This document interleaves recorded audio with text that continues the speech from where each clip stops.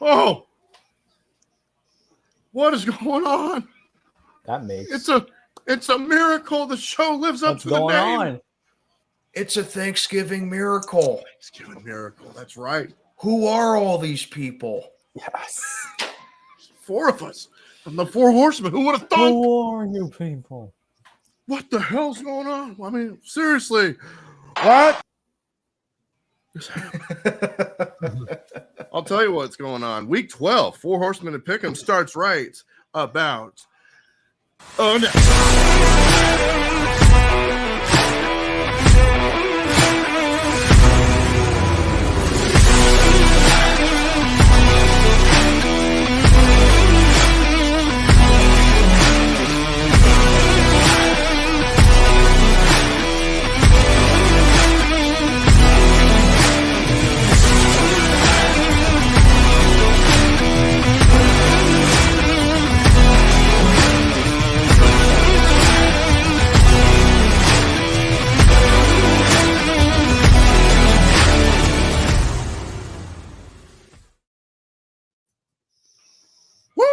Man, it feels so good to be back. What's going on? Football freaks, gridiron geeks, have no fear. The 4 Horsemen of Pick'ems are here in the flesh. Baby, what's going on, everybody? I'm, of course, your host with the most, representing the Aqua and the Orange, 7-3, hopefully 8-3. After this Black Friday, we shall see. Hey, Pizzle, Alex Putnam, representing the Aqua and the Orange, the Miami Dolphins. Joining me, as always, we got Mr. Tiny Tim, representing America's team. Hey, what's up, everybody? It's your boy, Tiny Tim, your favorite armchair football fan right here, representing America's team 24/7, 365. And I got to say one thing. I think we can all agree that Thanksgiving weekend is the best weekend of the season. Yep. That's right. 100%. Yeah. 100%. And, of course, Mr. LC Muscles 28.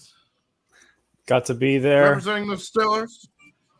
Got to be representing the Steelers. And I was there. I was there a few weeks ago. And I was there for Matt Canada's last game in Pittsburgh.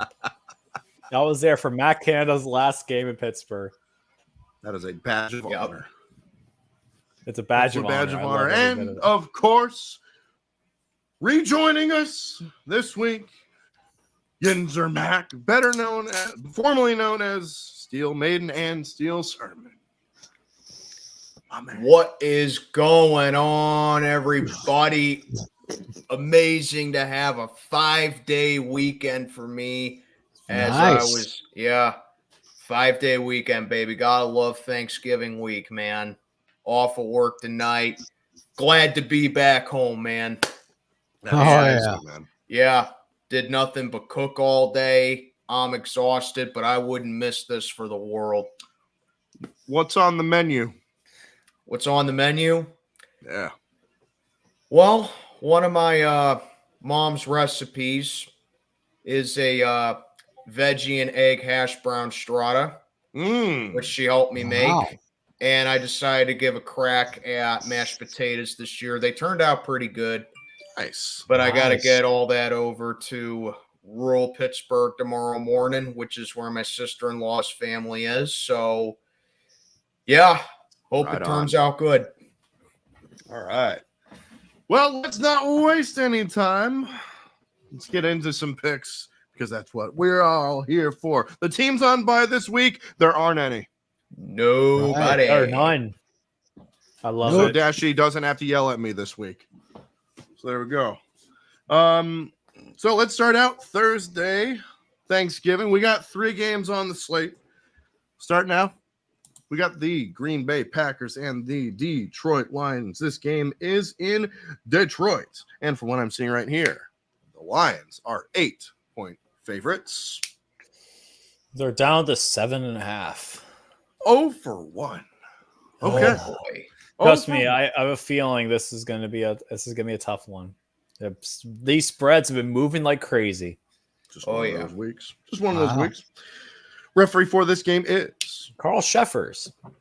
And you got Kevin Burkhardt and Greg Olson on the call on Fox Fox. 18. Lowest ticketed price, 270 big ones. That makes sense. It's a Lions Thanksgiving home game. Holiday. Yeah. All right. Who you guys got and why? Lions versus Packers. I'll let you go first on this one because I have my notes. Remember, I'm bringing back my notes. I have my got notes. the notes. I got my notes. So, Green Bay stats guy. versus Detroit. Detroit is a 7.5-point favorite. They met in week 4 and Thursday Night Football where Detroit won 34-20. The Packers lead the overall series 105 to 76 to 7. But the Packers have lost 4 in a row to the Lions. There is a situation, though. The Lions have not won a Thanksgiving game since 2016. Ooh. Now, that is a big thing that's coming into this game. The Packers' offense looked pretty strong against the Chargers, and they were able to get the ball moving. Romy, I have a college degree. You don't. Shut up.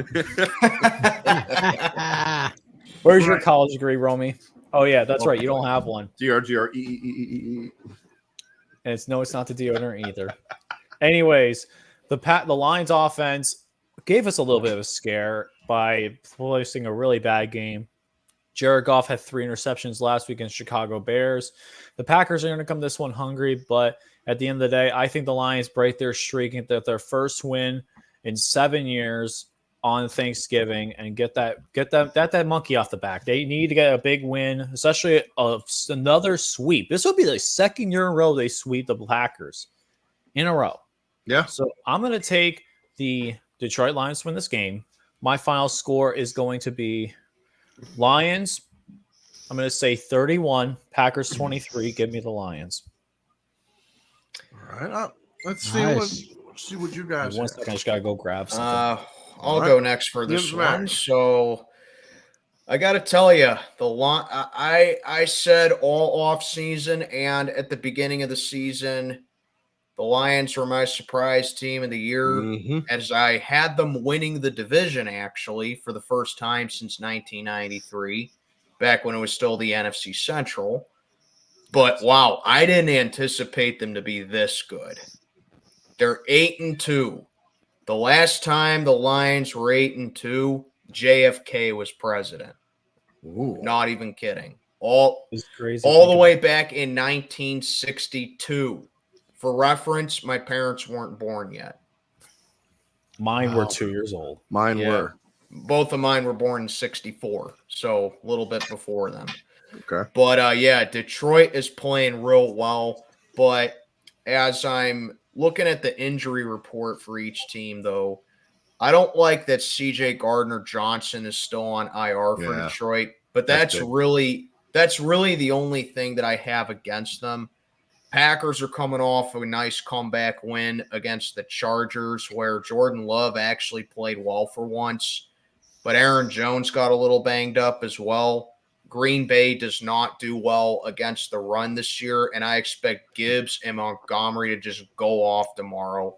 So, yeah, I think for the second year in a row, the Lions get the sweep of them cheeseheads up there in Green Bay as that one clip from Family Guy where Brian's like, where he's like talking to the Lions in the den. Shouldn't you be in Detroit losing a football game or something? Yeah, I remember that. Yeah, well, they ain't losing tomorrow. I got Detroit, baby. Give me the Lions. Let's go. Yeah, this is a big game in the division for both teams. This is basically a survival test for Green Bay and a big one for the Lions if they want to secure that home field advantage in the playoffs. Currently, they might be the number 1 seed if the season of the day they are the number 1 seed. The Lions have had defensive issues as of late. Jordan Love has played well the past couple weeks. I think that keeps the Packers in it, but at the end of the day, I'm going to go with the hot hand here. I'm going to go with the Detroit Lions to get the job done at home. Final score 31-27. Give me the Lions. Well, I'm going to go ahead and make it unanimous. Detroit, at this time, they lost last year's Thanksgiving game, but they were on the road to their big appearance as what they are today. which is one of the best teams in the NFC. My surprise team as well. I picked them to win the NFC North. Green Bay, I think, in my honest opinion, Jordan Love, there's really no midway between this guy. He's either really, really good or really, really bad. I mean, you can't really tell. But Jared Goff is consistent. I go with a consistent guy. I'll go with the guys that Mac mentioned, but he forgot to mention TJ Hawkinson. Oh, he's wait on a the minute. He's on the Vikings. Right. Yeah, How isn't can he I with forget Minnesota? Hawkinson's He's on the Vikings. now? Division But rival. wait, of there's course. one tight end I forgot to mention though, Tiny Tim. Sam Laporta. I think Laporta. that's the Yes, tight end you're trying to mention. Yes, he is on one of my fantasy squads, and I love having him there. He's doing a great job with the Lions. I'm taking the Lions pretty good. Give me the Lions 27-17. And Alex, right off the bat, I'm locking them up. And this is my stone cold lock of the century. Or the week. Starting off with a bang. I love it. Hey, Absolutely love it, man. I What's forgot up? to tell you something though. Hmm? As I was updating this the odds for every game, guess what the lines are now? 8. They're 8-point favorites. So you actually got that one right. Mm.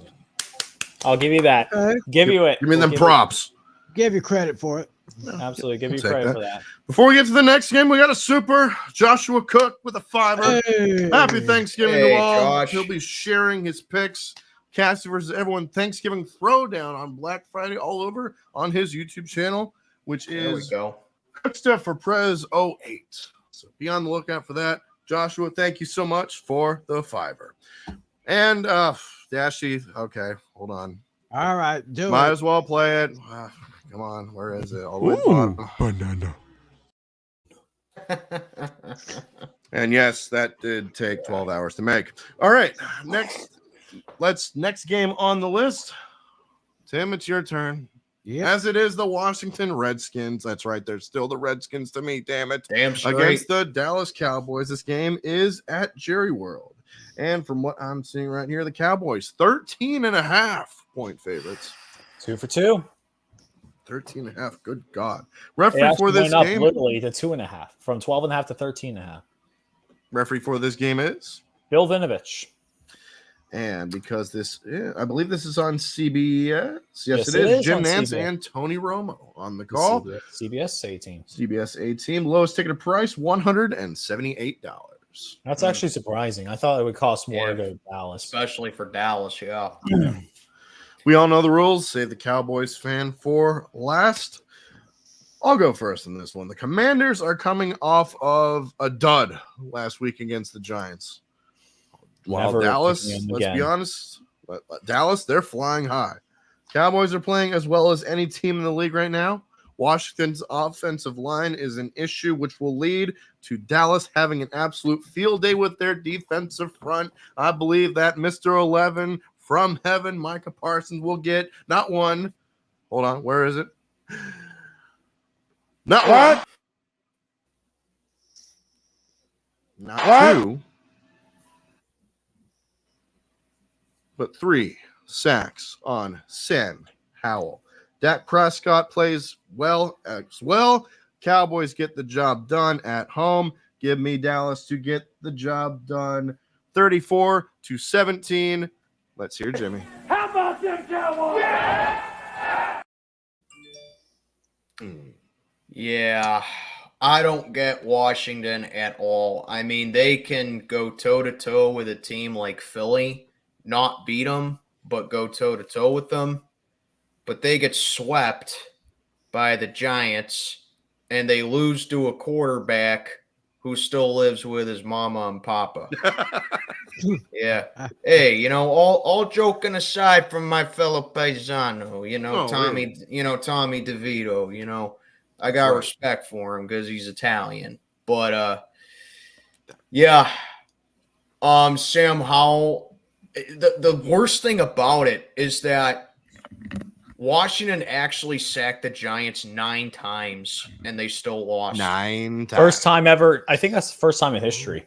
9 I mean, times. I I don't know how you recover from that. So, like, Sam Howell also has been getting sacked into oblivion this year, and it don't get easier because not only does Washington pretty much have their entire defense either out or on IR, or traded. now, yeah, pretty much. They blew up their entire defense. Ron Rivera's definitely out of there after this year, maybe even after tomorrow, you know. Ooh. Yeah, this might be Wow. Ron. I would not be shocked if this is Ron Rivera's last game. Okay. But yeah, it don't get easier going up against that Dallas Cowboy defense that can definitely cause pressure, get sacks in, and definitely can cause turnovers as well. This was close to being my lock of the week, but I got another matchup for that you'll see in a little bit. The only question I have here is, can the Cowboys cover the 13.5? Well, they almost doubled it against the Giants a couple weeks ago.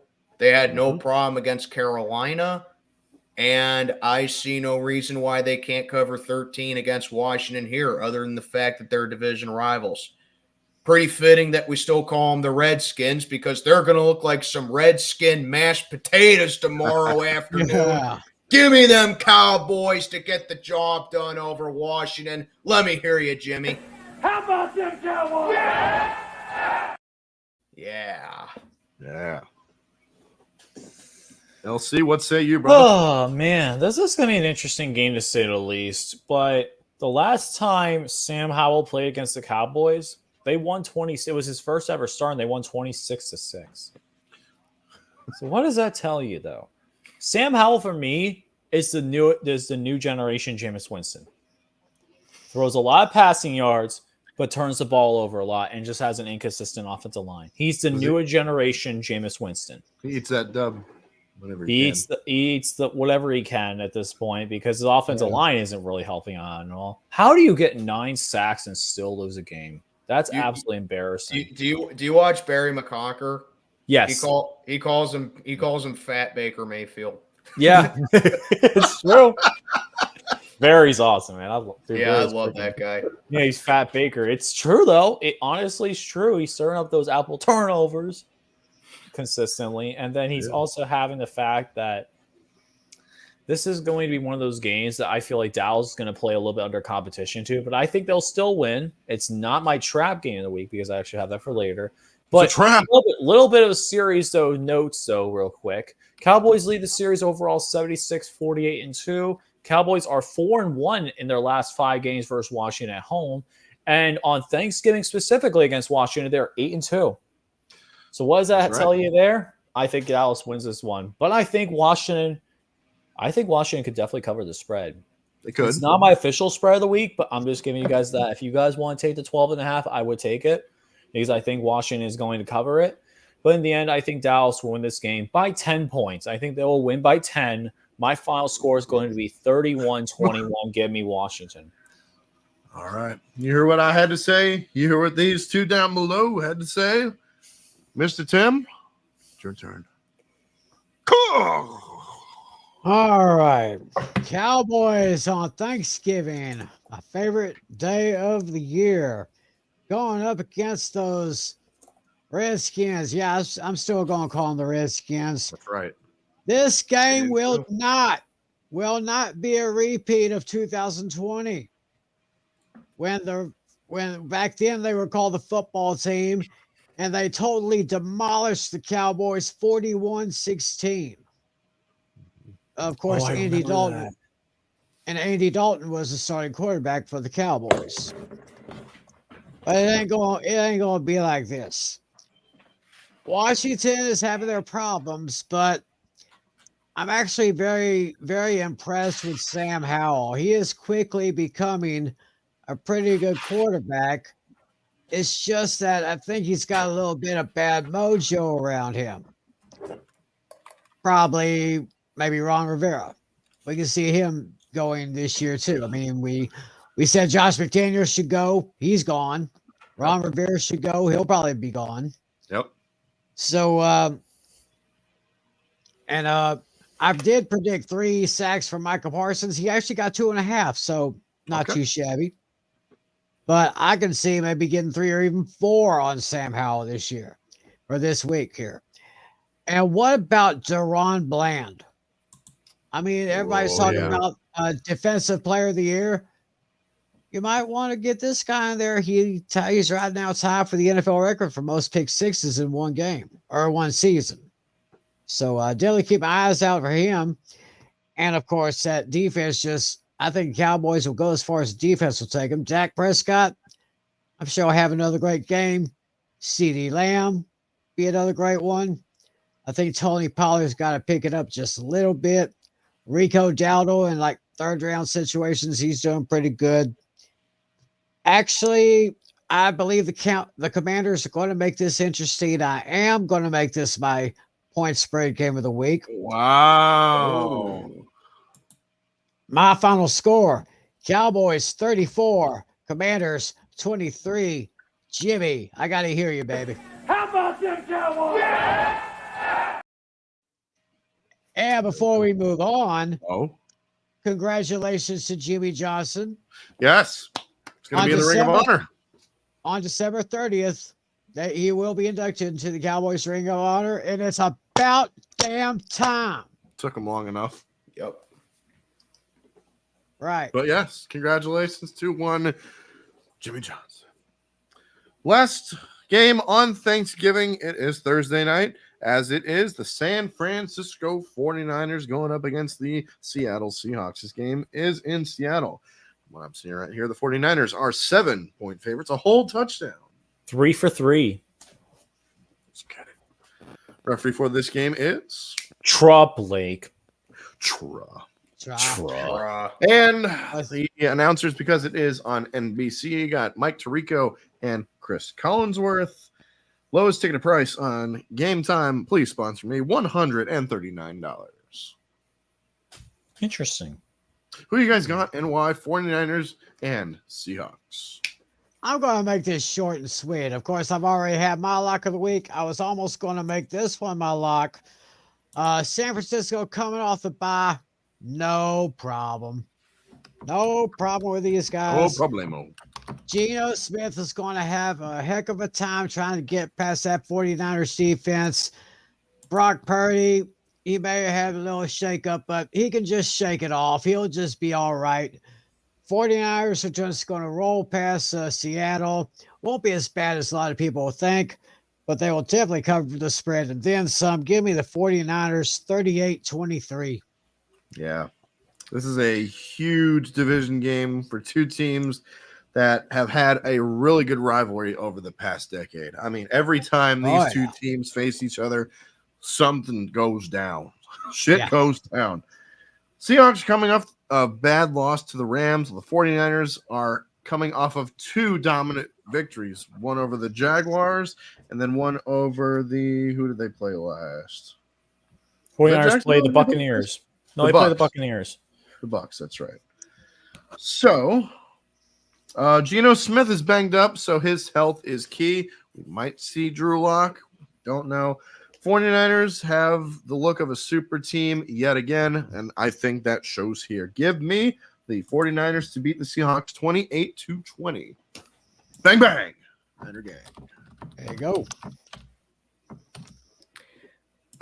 With this one, so 49ers, they're looking like how they started off at the beginning of the year when they were 5-0. They hit a little bump in the road, and I said their bye week could not have come at a better time because they were on a 3-game losing streak. And ever since they came back from the bye, they've been on a roll. They've won by double digits in both games. And Brock Purdy is looking like he's back in form. There is one big concern about the 49ers, though, coming in this one. Ufunga out for the season, torn ACL. That is brutal.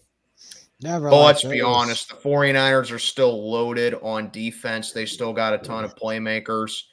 Seattle's good, too. They got swept by the Rams. I had upset written all over with that match last week, and that now you see why with that one. And Seattle, they're dealing with some health problems as well. You talked about Geno Smith, but Pete Carroll is confident that he might play tomorrow night. But they also are down Kenneth Walker and Tyler Lockett with an oblique and ankle injury, respectively. So I think Zach Charbonnet needs to be an X factor for tomorrow night. But if I'm being honest, I just think the 49ers just completely outclass them.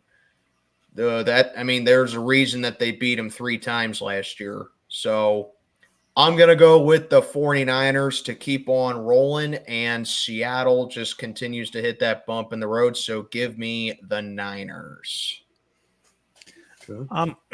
Sorry about that. What say you? So, Seahawks lead the overall series 30-20. One thing that concerns me about this series, though, is the Seahawks do have the statistical advantage. If you look at this, the 49ers are 2-3 in their last 5 road games versus Seahawks, and the last time they played on Thanksgiving, Seahawks won 19-3. They dominated the 49ers on Thanksgiving Day. So, how long ago was that? 2014, actually. 2014. A decade ago, yeah. Oh, yeah, I know it was somewhere around there. 2014. So the one thing that concerns me, though, is the Seahawks win. They go up top, and they are top of the NFC West if they win this game. This is a big division game for the 49ers, and I think realistically, Niners need this more than the Seahawks. And even though Geno Smith has been stated to will be starting this game according to Pete Carroll, I think that the 49ers are going to be overall the better team. I think they get the job done. I think Christian McCaffrey and Brock Purdy both have really good games. And my final score is going to be San Francisco by the spread, right around 7 points, 31-24. Give me those 49ers. We'll just say this right here. Right now, I think it's just the last Bud Light. Amen to that, Mr. Gay Bear. Yep. All right, next game. Oh, boy. For the first time ever in NFL history, we got a game on Black Friday, as it is the Miami Dolphins going up against the Goddamn Jets. Yeah. Dolphins are 9.5-point favorites. You're right. It actually went down, actually. It went from 10 to 9.5. 9.5-point favorites. That's right. Referee for this game is John Hussey. And because this is on Amazon Prime, we got Al Michaels and Kirk Herbstreit on the call. You guys know the rules.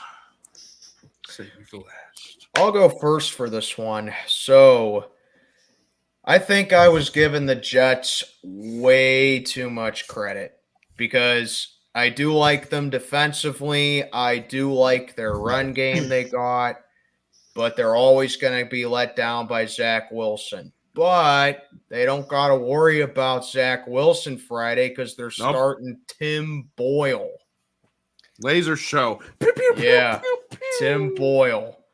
Meanwhile, the Dolphins, they're coming off a win against Vegas. It was a lot closer than what people thought, especially what I would think. But the Dolphins, I mean, in order to go head-to-head with a team like Miami that can just put a ton of points on the board, I mean, they literally put 70 on Denver at the beginning of the season. I was there. The Jets, they just don't got that. So I think Pizzle's going to like this. I'm going with the Dolphins, and I am locking them And up. this is my stone cold lock of the century. All the week. Miami wins big here. No way the Dolphins lose on back. I'm back and back. Yes, I'm back in black. Hey, give me the Love it. Hey, that wasn't too bad there, bro. That was pretty good, Alex. I You should highlight can't do my Brian. buddy- I can't do Brian's voice, but like Back in black. What's up? You should highlight my buddy Dennis's comment. If Tua was a righty, we would win a playoff game. What the heck? What the heck? I had to say that. What's up, dude? Yeah, I know he was tuning into the show tonight. Dennis the Menace. You mind if I go next on this one? Speaking of the Dolphins, I think he'll like my prediction. I actually told him my prediction today. So Dolphins lead the overall series 56-1. This will be Tim Boyle's first start since 2021, since he was on the Detroit Lions. Dolphins are 3-3 in their last 6 road games versus the Jets, but they have won 5 of their last 6 overall versus the Jets. Facts. And I think this game will be close. I think that I told him was this.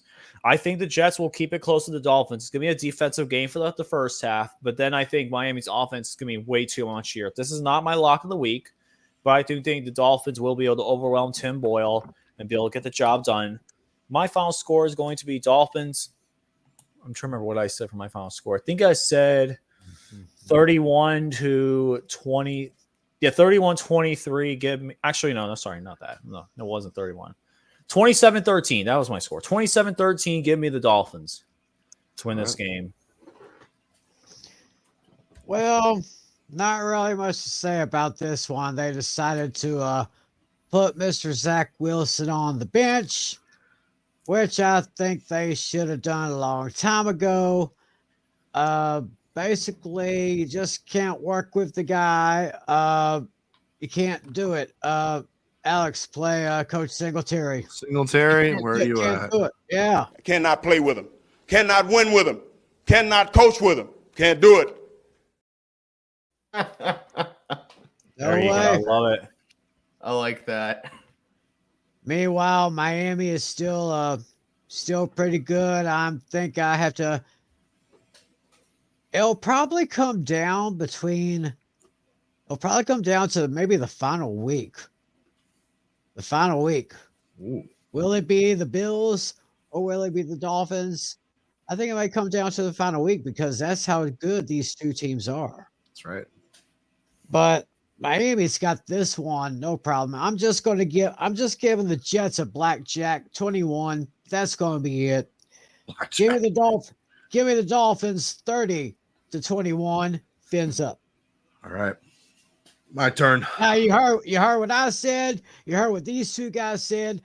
Now let's hear from our Dolphin fan over here. Caw. Here we go. All right. So this Friday game, the day after Thanksgiving, the first time ever, history in the making, ladies and gentlemen, isn't what it was expected at the beginning of the season. Everyone expected it to be Tua versus Aaron Rodgers, but no. It's Tua versus Tim Boyle. Let's be honest. The only reason why Tim Boyle is even on the Jets is because he's boys with Aaron Rodgers. Jets defense is coming off a bad showing against Buffalo and will be a challenge here by that fast offense, dude. We got Jalen Waddle. We got Tyreek Hill. We got Raheem Mostert. The only issue is we might be without Devin A-Chain because he did re-aggravate that knee issue that kept him out the past 4 weeks. But will that matter? I don't think so because the Jets, they're not where they are who we thought they were. Where is Dennis Green? Hold on, where's Dennis Green at? Where's Dennis Green at? If you want to crown them, then crown their ass. But they are who we thought they were, and we let them off the hook. Now you can call me a homer all you want to, but I'm with Mac. Dolphins are my lock And of this the is week. my stone cold lock of the century.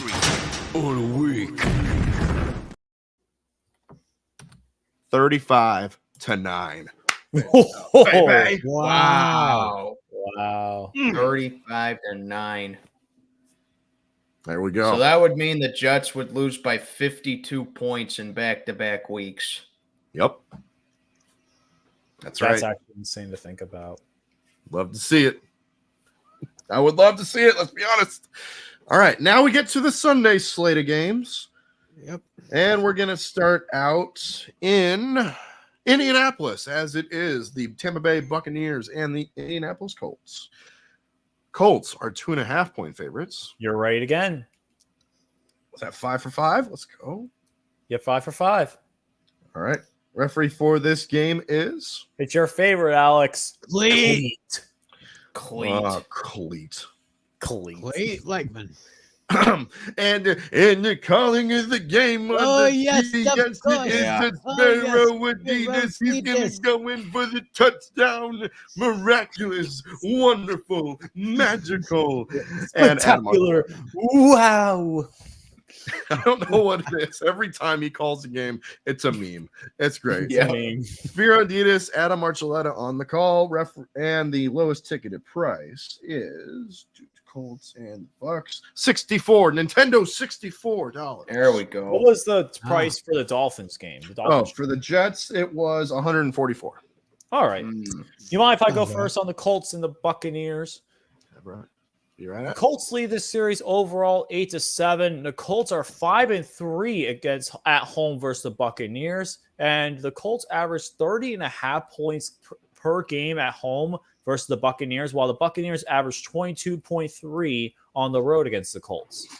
And that pretty much should tell you who I'm going with here. I think Indianapolis is definitely hitting their stride, especially this will be their this will be their first game coming back from the bye, playing the Buccaneers team, who is playing another road game. This is their second straight road game after play, and they've only won one game since their bye week. They've only won one game, and that was against the Titans. This is not a good story for the Buccaneers, man. I hate to do it because Baker Mayfield's been a decent story, though. He actually had a great start to Tampa, but now Indianapolis is going to be a much better team at home, and I think they will get the job done. Give me the Indianapolis Colts to win this game. I think this will actually be more than a spread. So actually, I think the Colts will actually win this by more than 2.5. So this is my spread game of the week. This is my spread game of the week because I think the Colts are going to win by more than 2.5. I say they win this game by at least 7. My final score is going to be 30-23. Give me the Colts. Okay. Going right on the averages. Right. I like it. Not much to add on this one here.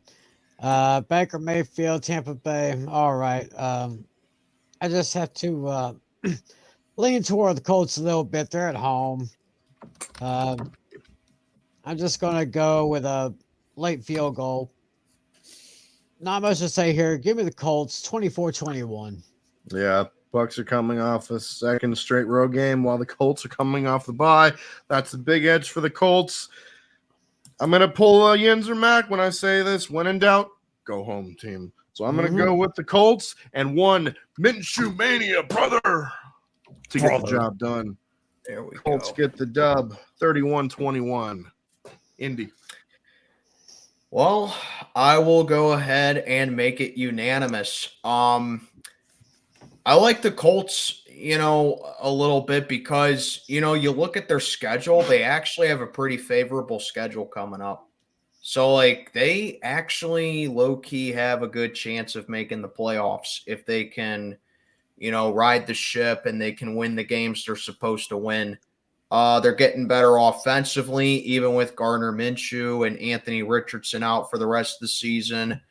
The Bucks, got off to a pretty surprising start. They looked like a team that could low-key be a good team in the NFC, but now they're looking like the team that, let's play Dennis Green again. Oh, Dennis Green, where are you at? Now, Bam. if you want to crown them, then crown their ass. But they are who we thought they were, and we let them off the hook. That's right. I said Tampa Bay was going to be a top 5 draft pick in April, and while I don't think they're going to be top 5 now, they're 10. starting to play like one. I'm going Indy to get the job done over Tampa Bay. All right. Next game on the oh boy. Okay, next game. Okay. Let's get this one out of the way as it is the hell no. To the no. Yeah, to the no. Yeah, to the no. To the no. As it is the New England Patriots and the New York Football Giants. This game is in New York. And from what I'm seeing right here, New Jersey. This game is in New Jersey. That's right. MetLife Stadium. Patriots are 3.5 point favorites. They're actually 3, so it's actually a first loss. Oh, damn. Yeah. Oh, what a shame. What a shame. Wait, actually, no, sorry. Wait. No, you're right. I'm sorry. It did update. Sorry. I apologize. These are from my notes earlier. They actually updated the spread. So 3.5, you're actually right. My bad. Scares you for a second. I know. I got you for a second. Scared me there for a second. Yeah, this is definitely toilet bowl. Referee for this game is 100% the toilet bowl of the week, and the referee is Scott Novak.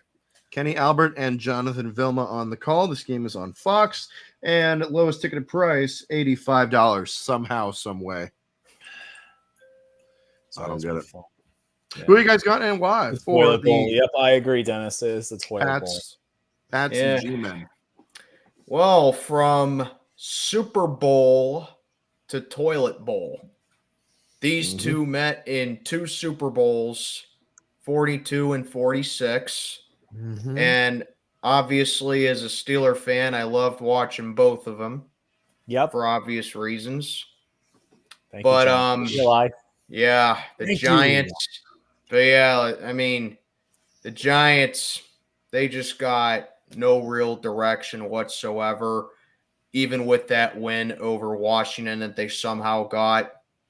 The Patriots, I think the only thing I can say that's going for them in this game is that they're coming off their bye. But, like, this game is so hard to pick for all the wrong reasons. Yeah. Because both teams are just awful.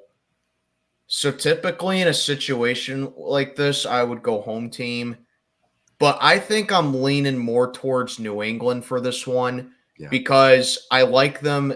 At least they have a good defense. It's just their offense is just so bad. You know, Mac Jones, he has played a little bit better, but, you know, shout out to my boy Bobby Beantown on Facebook. He's a diehard Boston sports fan. Breakdown. Yeah, Beantown. Bobby Beantown breakdown, diehard Boston sports fan. When even he's trashing Mac Jones, you know how bad it is. Yeah. The Giants defense looks good one week, then it looks like crap the next week. I got this being a very low scoring defensive game, but just because both offenses suck. So this might be the last time I take New England for the rest of the season. I'm going to take the Patriots to win. Yeah. These are two of the bottom of the barrel. Who would have thought? Because a decade ago, they were at the top of the upper echelon of the league. Now, they're at the bottom of the barrel. Both of them have quarterback issues. Tommy DeVito, let's be honest, he did well for the Giants last week.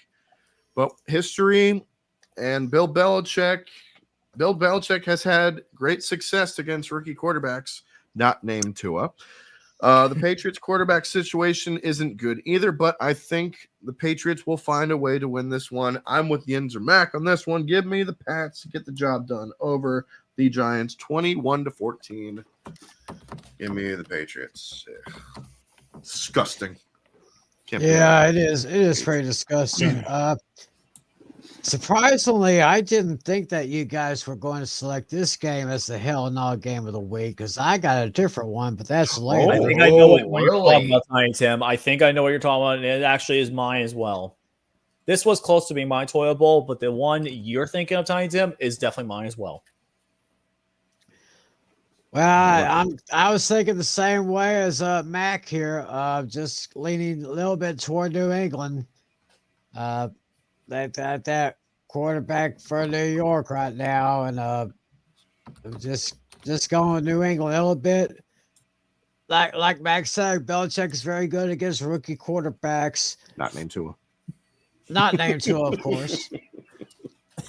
He's undefeated. What can I say? All right. So I'm just going to take New England by a score of 27-23.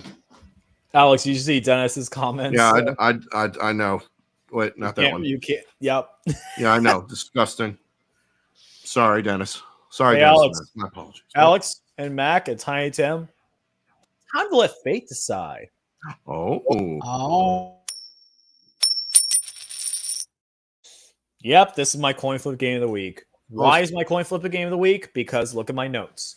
Patriots lead the series overall 7-6. Patriots are 4-1 on the road against the Giants all time, but Patriots only average about 25.6 points per game on the road, while the average Giants average 24 points. So this is a very close series, no matter what way you look at it.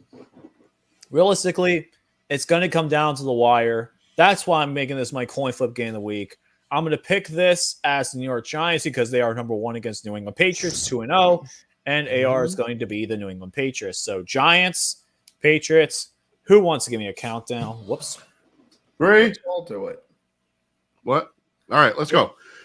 3, 2, 1. Baba Baba Booey. Boy.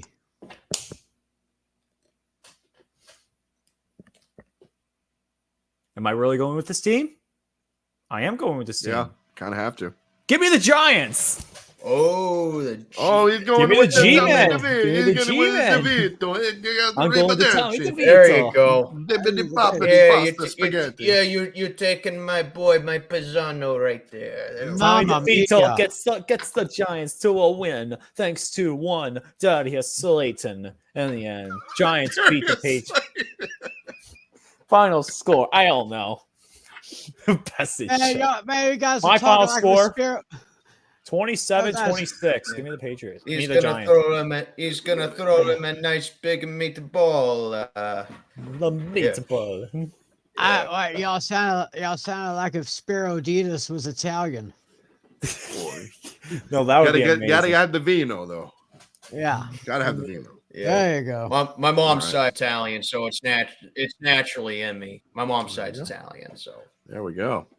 Next game, I think this might be the home game of the week for you guys. Maybe Carolina Panthers and the Tennessee Titans. Yes, it Yes. is. Is that it? Yes. Yes, it is. Yes. Play All it, right. Alex. Here we go. no. To the no, no, no. Yeah, to the no.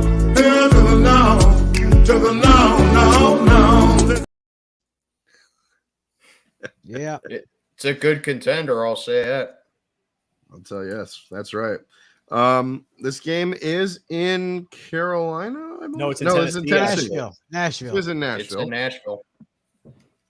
And the Titans are 3.5-point favorites. You're right. Let's go. Still undefeated.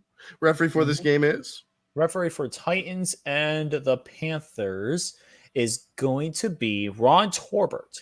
And you got Adam Amin and Mark Schlereth on the call. This game is on Fox. Yeah, this game I can definitely understand why this is your guys' Hell No game of the week, featuring 2 rookie passers who are struggling behind bad offensive lines. You got Bryce Young on one side, the number 1 overall pick, and then the guy who was supposed to be in the first round but fell to the second. You got Will Levis.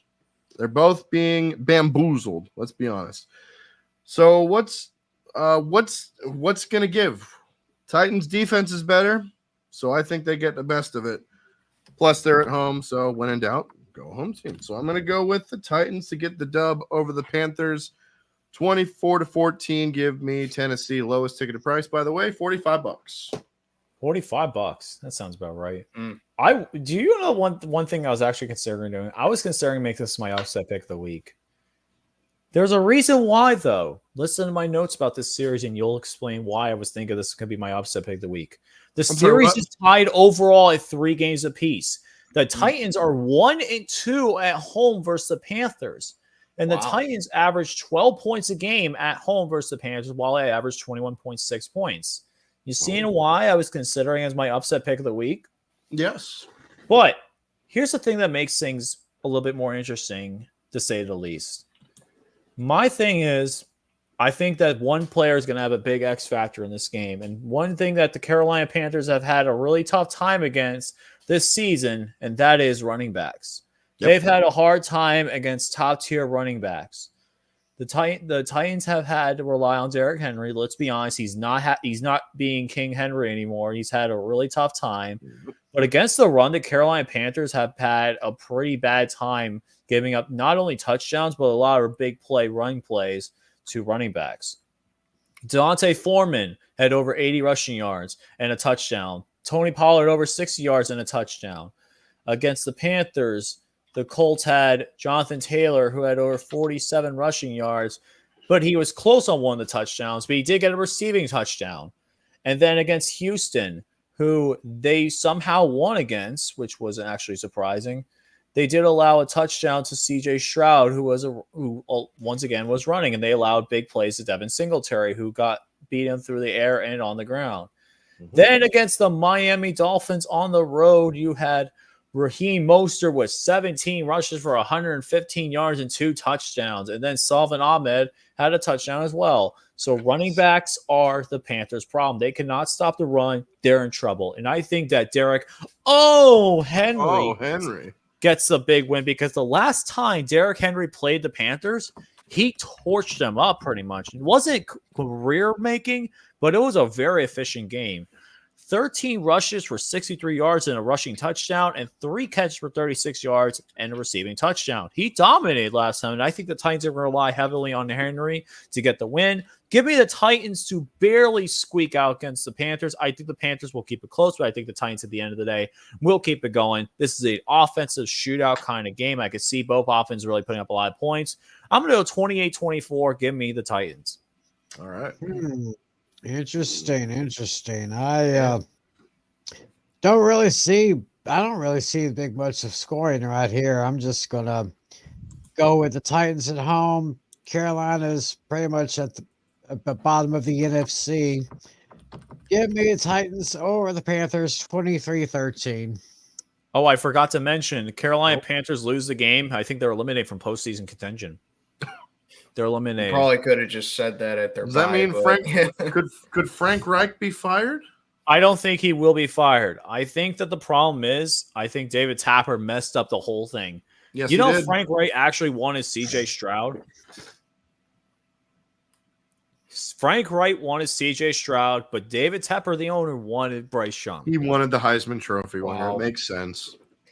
Funny that you brought up Frank Reich, because while I think he's a terrible head coach, I think he is a phenomenal offensive coordinator. Yes.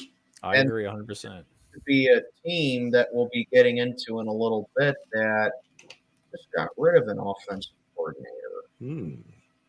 But yeah, with this matchup right here, Carolina, they got the worst record in the NFL. And I think a big mismatch for this one here, Tennessee's pass rush can be very physical and stout at times. Right. And with the Panthers' busted offensive line right there, I think it's going to cause a lot of problems for Bryce Young. Also, the Titans, they just completed 3 straight road games, lost all 3 of them. In games that the Titans don't play in Tennessee this year, because if you want to count the London game because it's on a neutral site, go ahead. But Tennessee away from the Titans away from Nashville this year are 0-6. Wow. And they still have not won a road game since that Packer game last year on Thursday night. It's actually insane to think about. So with me, I think they got to be happy to be home after that brutal road trip that they had. The Panthers, I mean, I just don't see any reason for them to be competitive in this one. I'm going to go Tennessee to get the job done over the Panthers. All right. Next game on the list, we got another divisional matchup, as it is the Jacksonville Jaguars and the Houston Texans. This game is in Houston. And from what I'm assuming right here, the Jaguars are 2-point favorites. Went down to somehow, 1.5. Some way, Jaguars are 1.5 point favorites. They're 1.5. All right. Interesting. All right, referee for this game is? Referee for Jaguars and the Texans is going to be, let me pull up my referee thing. I just had it here. Where did it go? Come on, bring it back. There you are. It is going to be Clay Martin. Clay Martin. And calling the game on CBS, you got Andrew Kettle, Tiki Barber, and Matt Ryan. Matt Cold as Ice, Matty Ice Ryan. Lowest ticket price, $69. Nice. $69. Nice. Yeah, Texans. I gotta say, Texans are biggest surprise of the year so far. They are. Absolutely. And this is for first place in the division, with the Texans owning the Jaguars in recent years, winning 10 of their last 11 against them, right? And blowing them out earlier this year. They blew them out, let's be honest. Jaguars got back on track last week. Trevor Lawrence played well, but I don't think that's going to matter. I think history is going to repeat itself. I'm going to go with the Houston Texans to get the job done over the Jacksonville Jaguars, 27-23. They keep on riding that momentum train. Give me Houston and C.J. Stroud, who will be the lock for the Offensive Rookie of the Year. Yeah. Not much to add on this one. I mean, I can see a pretty good scoring game between these two, with Trevor Lawrence and C.J. Stroud going head to head. But in the end, I'm going to give it to the rookie. The rookie has been really something special, helping turn that Texans team around. Give me the Texans over the Jags by a score of 33-28. Okay. I'll go next. So if you saw my picks video, I took Houston because I think that they have the upper hand here, but I was actually still going back and forth on this one because the Jags are kind of a weird team. You know, they get off to a slow start, and earlier in the year they got beat pretty bad by the Texans, and then they go on a winning streak. Then they get blown out by San Francisco. Then they blow out Tennessee. So it's like, I really don't know what version of the Jags is going to show up on Sunday. But, man, Houston, you got to love the story that they've been this year. I hope C.J. Stroud wins Offensive Rookie of the Year. He's been a great story this year. But, like, at the same time, I really don't know how much longer they can fully keep it up. And it's hard to sweep a division opponent, you know. Right. But if there's one team to do it, it could be Houston over these guys because I just don't really trust Jacksonville defensively outside of Josh Allen. So, yeah, I was going back and forth on this one, even though I took Houston in my picks video. So for my final answer, I'm going to let fate decide. Ooh, okay. So, there we go. For George Washington, I will make that Jacksonville.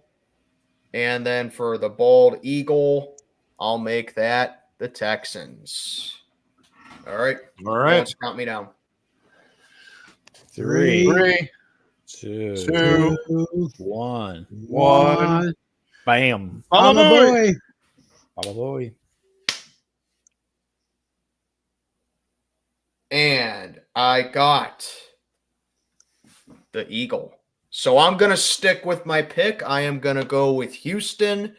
Like I said in my video, another thing for me deciding, it comes down to who I trust more with the football in the grand scheme of things. Yeah. C.J. Stroud does have a couple of game-winning drives this year in back-to-back weeks against Tampa Bay and Cincinnati. I think he can do it to Jacksonville again. I'm going to go with the Texans, and I will even make this my spread of the week as well. Okay. Jacksonville is favored, but I'm going to take the Texans to win it. Obviously, I have them covering if I'm picking them to win. 29-26, and I'm going to say C.J. Stroud gets the Texans into field goal range, and they kick another game winner. I'm going to go Houston. Love it. Absolutely love it, man. Nice. LC, what say you, brother? For Houston Texans and Jacksonville Jaguars, this is going to be a really interesting game. Texans won in week 3, 37-17, like you guys have mentioned. The Texans have dominated this series. Realistically, against the Jaguars, they're 29-14 against the Jaguars. Wow. In their history. 29-14. That's almost double up. Wow. Jacksonville's only won More 3 times versus the Houston Texans since December 7, 2014. They've only won 3 times. Houston, three. in their last 5 games versus Jacksonville, averaged 20.6 home points per game, while Jacksonville averages 16.2 points. Jacksonville has a really bad track record in Houston. They've only won 3 times, and the Texans, I think, I've only lost once against the Jaguars in their last 5 matchups against the Jaguar. I mean, they've only lost 3 times. So realistically, I'm going to take the Texans, actually. I'm taking the Houston Texans. I'm taking a going home team. I'm going to go with home team. I think the Texans are going to get the job done. This is the closest spread of the week, I think, realistically. And I think that the Houston Texans are going to get the job done. Pretty much my final for this game is going to be Houston 23, Jacksonville 20. Give me the Houston Texans. I think this is more of a defensive game where both defenses really show up and the offenses show up late in this one. All right. Next game on the list, we got the New Orleans Saints and the Atlanta Falcons. This game is in Atlanta, and from what I'm seeing right here, the Falcons are 1-point favorites. I have the Saints as a 1-point favorite. Huh. Interesting. Yep, I have changed. Yep, it says Saints are 1-point favorites. Okay, Saints are 1-point favorites. All right, I like that. All right, referee for this game is Brad Allen. And you got on the call on Fox, you got Joe Davis and Daryl Johnston, a.k.a. Moose. Yes, sir. Lowest ticketed price on Game Time, $141. Wow. Somehow, some way. Who you guys got and why for Saints and Falcons? This game's interesting too because both teams are coming off their bye week, and they both technically play in domed stadiums. So I really don't think either team has an advantage in this game. This was close to being my coin flip as well. Yeah, it was really close. But then I'm like, I think it comes down to who I trust more offensively. And while Derek Carr, I think, is still in concussion protocol, there is a chance that he can play on Sunday, depending on how he is. And I think that bye week benefited him for him to get healthier because he suffered it a couple weeks ago in the Saints' last game. So he's had the extra week to get to recover from it. So I think that's a big advantage for the Saints right there. Atlanta, another team that may have their coach be gone, and Arthur Smith, as he just continues to misuse Drake London and Kyle Pitts with that terrible and Bijan too. Yeah, Bijan Robinson too. It's ironic that he tries to have a run first offense, but he doesn't use Bijan Robinson the right way. Desmond Ridder is just awful. He does better at home, but he's just not the guy. So for that reason, I really don't think either offense is really all that impressive, but I just think the Saints have more to their disposal offensively than Atlanta does. So I'm actually going to go with the Saints on this one in a pretty low scoring game, like in the neighborhood of like maybe 17-13. So I'm going to go New Orleans on this one. Yeah, there's a big game in the division with one team with a 500 record, that being the Saints. Both teams are coming off the bye, but the Saints have some injury issues. The quarterback situation is not great for the Falcons. They went from, they started with Desmond Ridder, then they went to Taylor Heineke, crack open the Heineke. Now the crack open the Heineke's expired. Now they're get back to Desmond Ridder somehow, some way. I don't get it. In my opinion, I think he did pretty well against the Cardinals, and he should be the starter going forward. Taylor Heineke, he definitely deserves to be the starter, but is not. Arthur Smith, let's be honest, he's on the hot seat. He doesn't know what the hell he's doing. Bijan Robinson, Kyle Pitts, and Drake London, all those great players on offense, and he doesn't know what the hell he's doing with it. Which is why I think the Saints will win it behind their defense. So I'm going to go with the Saints to get the job done over the Falcons. Final score, I have is 24-20. Give me the Who Dat Nation. All right. go. Well, Yeah. well, I'm kind of rooting for Bijan Robinson to have a better game than he has been so far this year. I mean, the Falcons have like a pot of gold and they don't really know what to do with it. Nope. I mean, it's just terrible. But I think they try to work him more into the offense. I've got a kind of a low scoring game here. I'm actually going with the Dirty Birds on this one. Give me the Falcons over the Saints by a score of 21-17.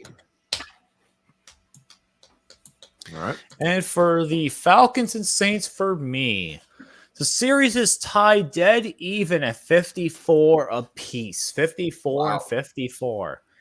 The one thing that makes me pull for one team more than the other is the Saints are 5-0 in their last 5 road games versus the Falcons. Falcons have made Dennis Ridder the starter for this game, and last year he played against the Saints. He only had 97 passing yards and 38 yards rushing. Only 97. He only had 97 yards passing last year against the Saints. Wow. Saints defense is eating all of that Falcons up in the Mylanta Turkeys, as Ty with him would say. Mylanta Turkeys. Thanksgiving. Come on. Yeah, they're going to be eating some good turkey this game. I think the Saints win this one convincingly. I think that the 1 point spread is way too generous here.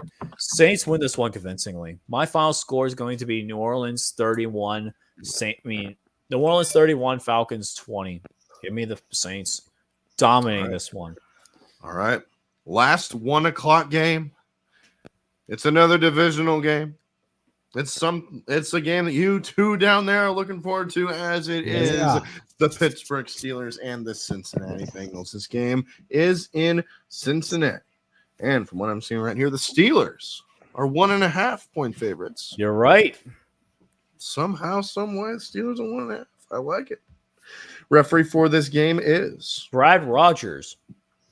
And calling the game, you got Ian Eagle and Charles Davis. CBSB team, I like it. What's the lowest ticketed price? Lowest ticketed price on game time is $88. That sounds about right. What about for the Saints and Falcons one? What was that? Saints and Falcons, I said, was 141.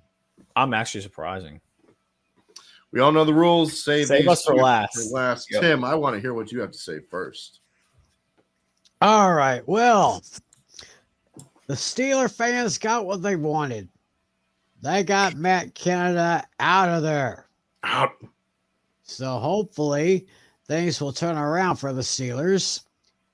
Of course, I still love the combination of Pickett and Pickens. Pickett and Pickens. Cincinnati still trying to hold on, even though they're, I think, maybe a game or two behind the Ravens in the division. I say right now that the AFC North is probably the craziest division in the league.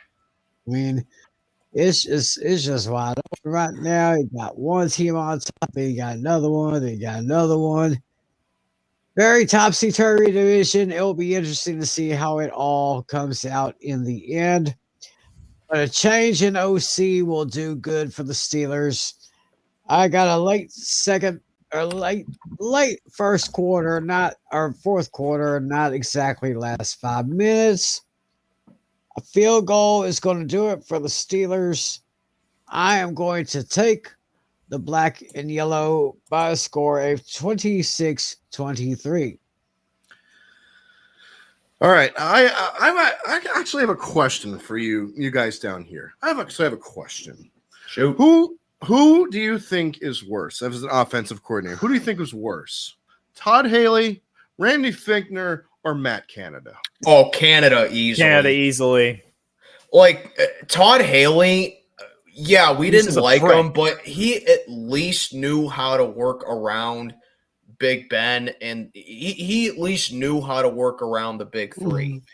Randy Fichtner was bad too, but like with Fichtner, at least with him, like he had the connection with Ben and he knew how to benefit his passing abilities. And you could also give him the benefit of the doubt a little bit because Ben was at the end of his prime. There is nothing good about Canada. Nothing. Absolutely nothing. That's right. Matter of fact, this past a couple days ago, he got the word, Matt Canada. Yeah! That's right. First Steelers coach to get fired mid-season since 1941. 41. Oh my goodness. On the other side, the Bengals will be without Joe Burrow, and they are a different team. It's Jake Browning getting the start. But we really have no idea. We have no idea what he can do. The Steelers' defense is good. We all know that. Kenny Pickett now, I think, will play a little better now that Canada is not there. Thank So, God. for that reason, I'm going with the black and yellow. Give me the Steelers to get the job done over the Bengals. 24-21. Wave the towels. Yeah. Play that Pennsylvania polka as Urinating Tree likes to do.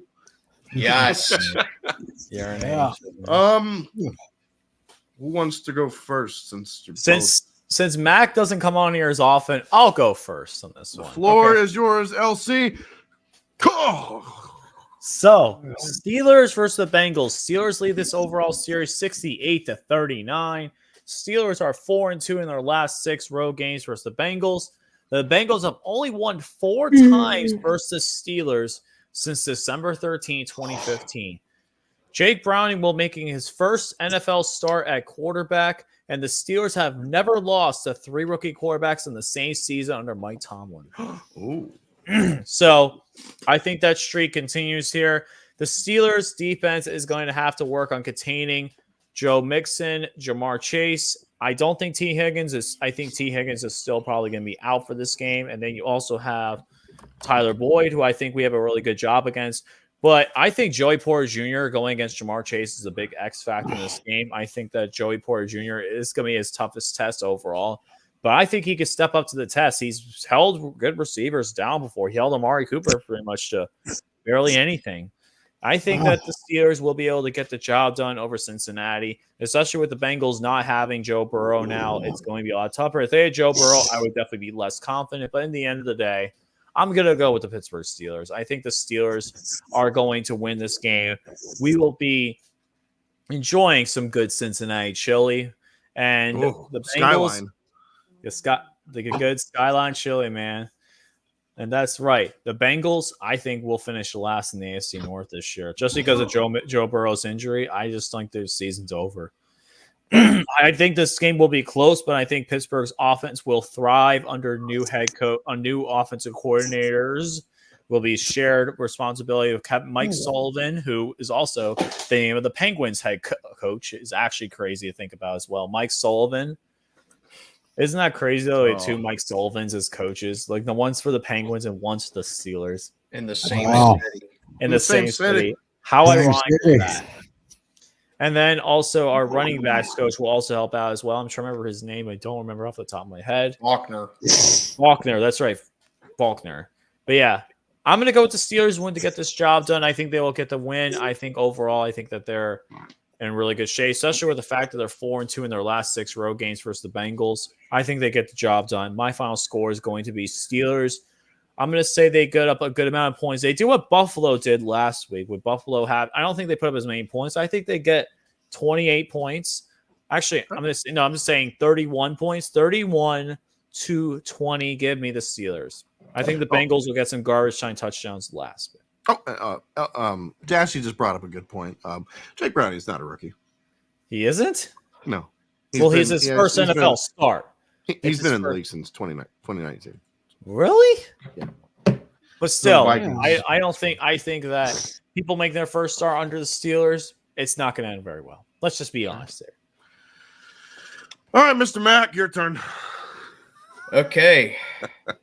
So, obviously, yesterday there was a big news with Steeler Nation. You know, literally, I woke up yesterday morning and I was just checking my phone to see. I kept hearing my phone pinging, and I'm like, who the hell's What the hell's texting going me? on? Yeah, I'm like, who the hell keeps texting me? I'm trying to sleep here. So like I woke up, checked my phone, and saw the headline. Apparently, Mike Tomlin went up to Matt Canada and he told him, "You're fired." That's right, baby. I'm still living it up, man. I am pumped about this. I made a whole video about it. Go check it out if you haven't already. But Yes. now look, to be rational, I still don't think Kenny Pickett is the answer, at least not yet, just because of how he played against Cleveland. That was a terrible game that he had. But you also cannot deny that Matt Canada was part of the problem. Okay?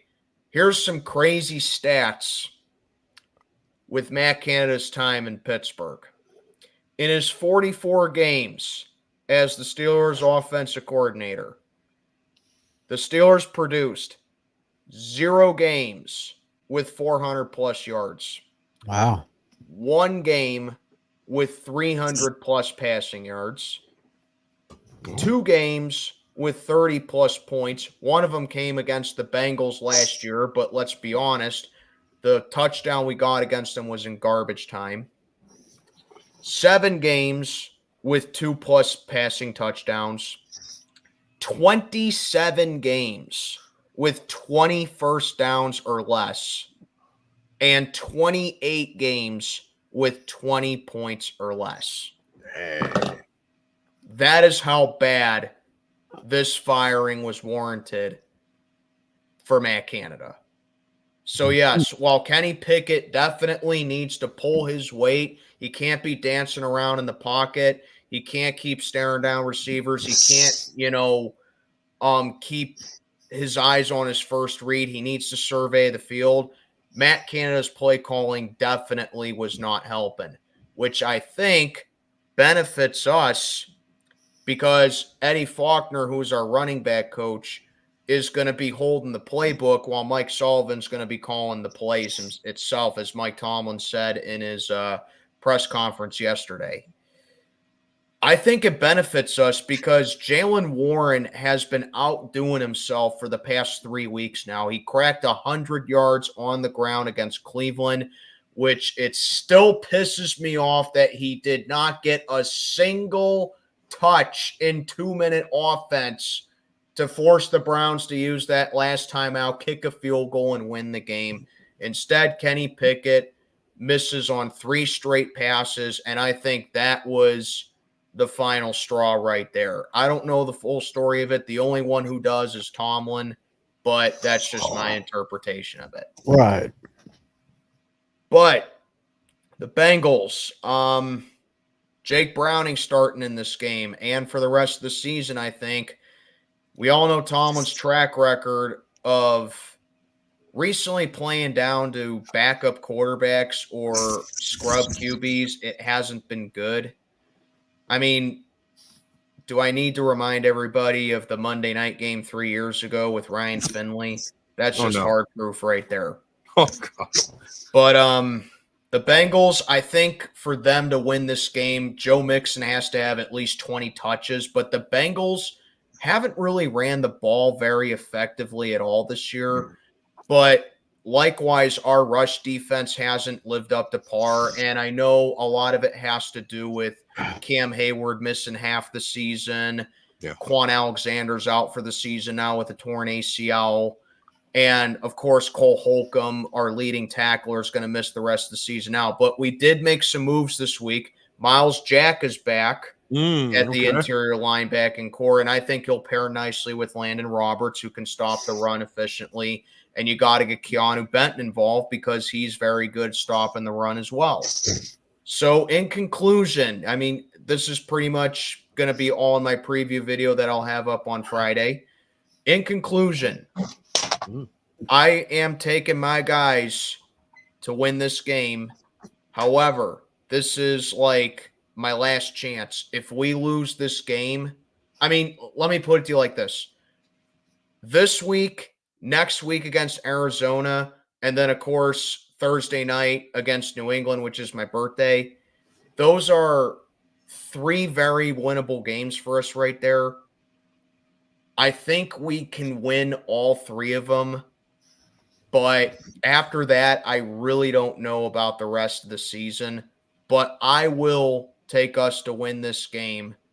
But I'd be lying if I didn't say it. I am not 100% confident because the Bengals still have a ton of firepower on that offense, even if Jake Browning is starting in the game.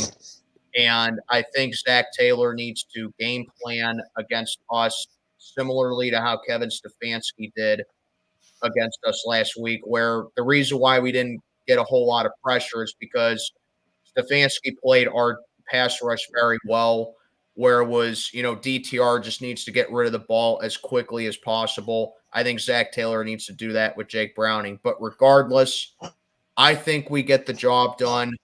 Low-scoring defensive standoff, typical bad blood, hard-hitting ghetto type of AFC North smash mouth type of football, man. It is rivalry week, and sorry, Dashy, but I got to say this. Pittsburgh pierogies are way better than that Cincinnati skyline, baby. Oh. Damn. And if you don't like that, Mike Tomlin has 4 words for you. We do not care. Damn right. Damn right. Yeah. My dad's side's Polish, so I love me some pierogies, man. There you go. Okay. Also, while we're on the subject of Matt Canada, I saw this clip and I figured I'd bring it to your guys' attention. This is circulating around. Chris Boswell said this.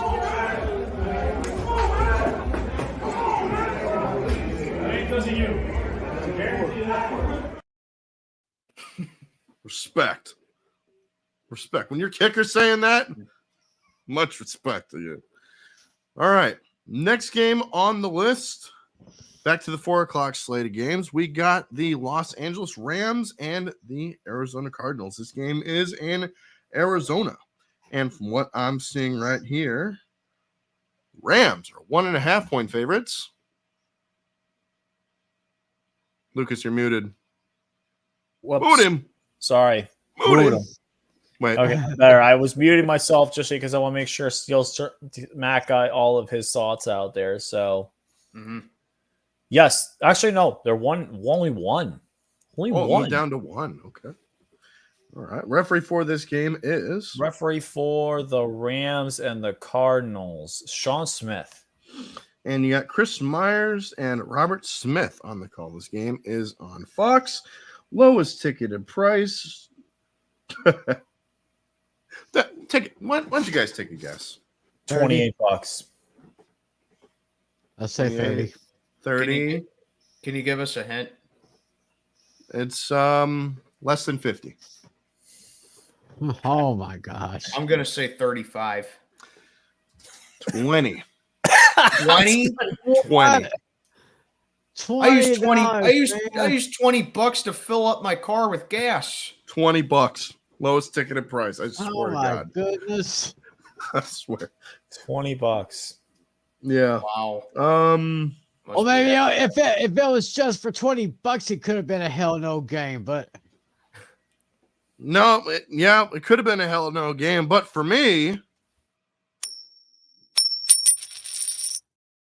okay. I'm honestly letting fate decide because let's be honest, Kyle Murray played well in his past 2 starts. Rams are up and down all around.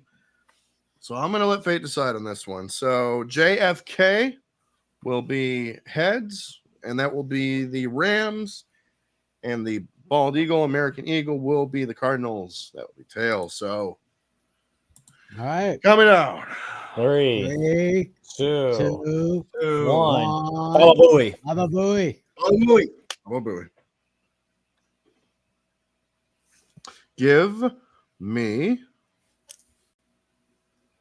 the Rams. Okay, okay. Give me If the you had the Cardinals on that, I would have lost my mind. Whose house? Swerve's house, not Rams' house. Final score 27-23. Give me the Rams. Simply I'll put. go next with this one. And you guys checked into my channel. I think Admiral Akbar has something to say about this game for me personally. Oh. Ah, It's a trap. This is my trap game of the week right here. Oh. And I'll tell you why. A couple weeks ago, I took the Arizona Cardinals to upset the Falcons, and they did. Because it was Kyler Murray's first game back from his ACL. And ever since then, Kyler Murray is back and acclimated now with the Cardinals.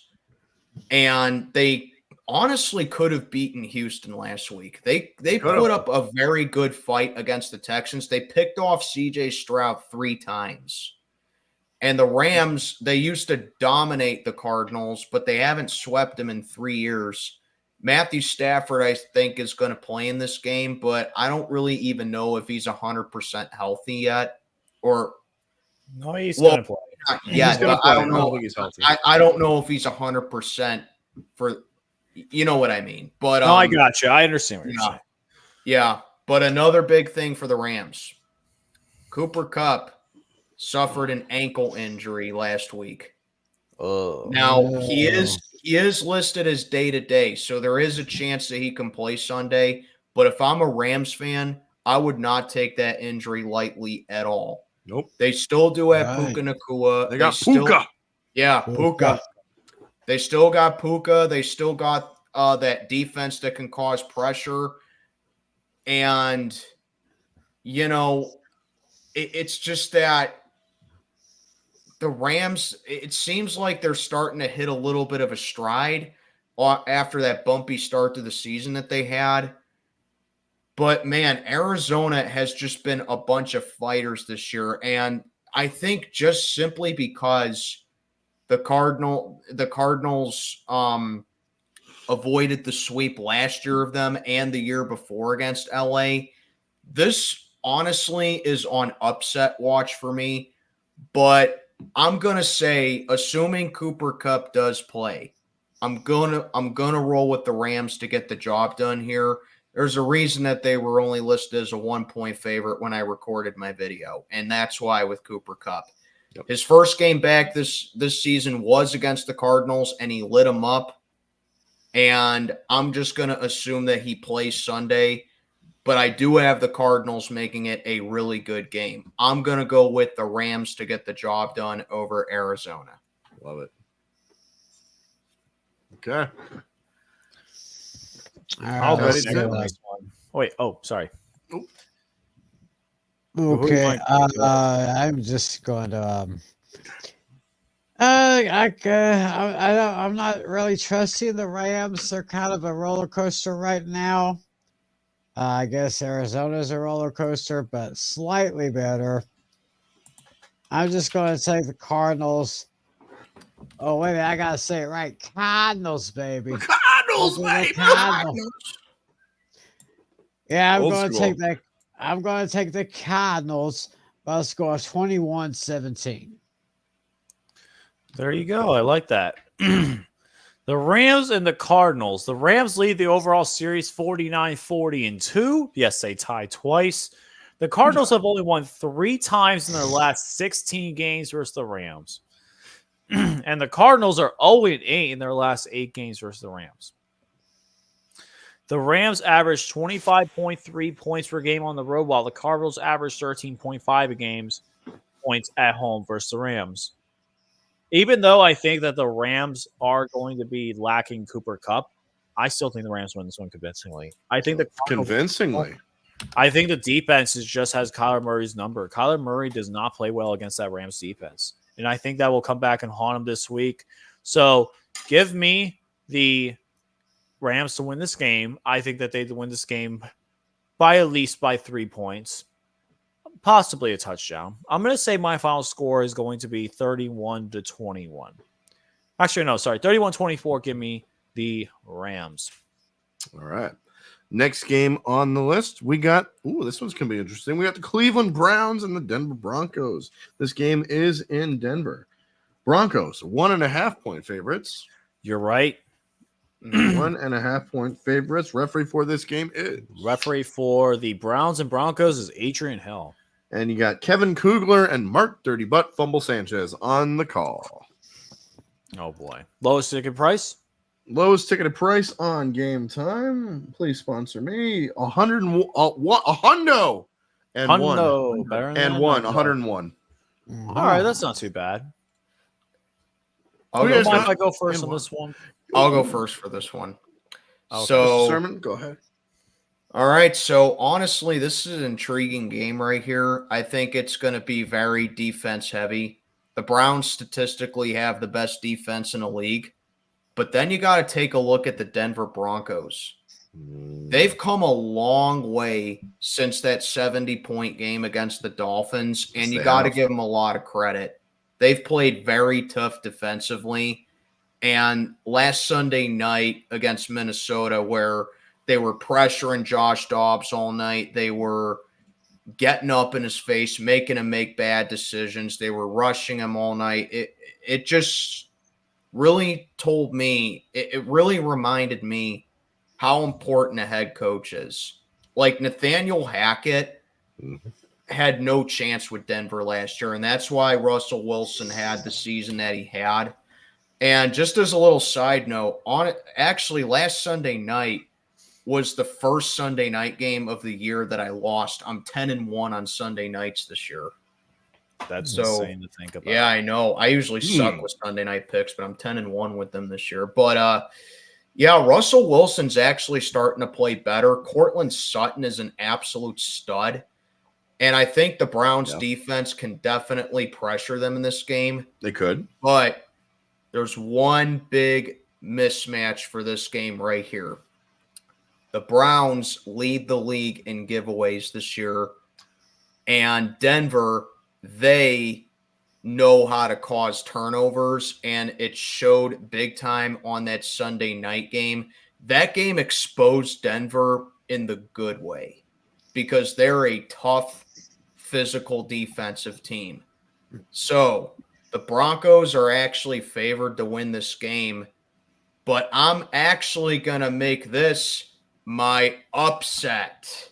Oh, we sound the alarm.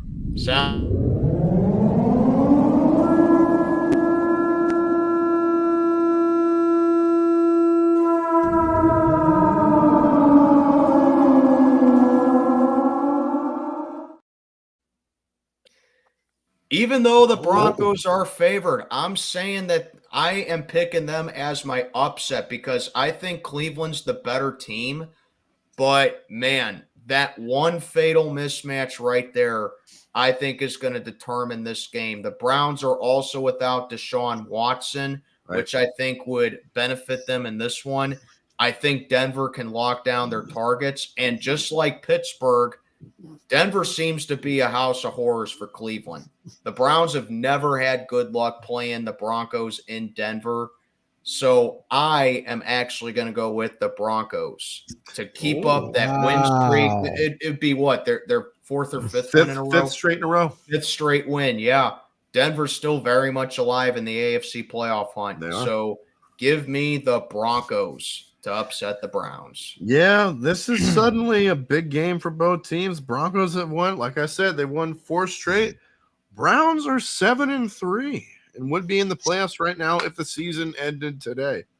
So this will be the first road start for rookie quarterback Dorian Thompson-Robinson, DTR, which will not be easy because that Denver defense is pretty freaking good. But on the other side, the defense is pretty freaking good.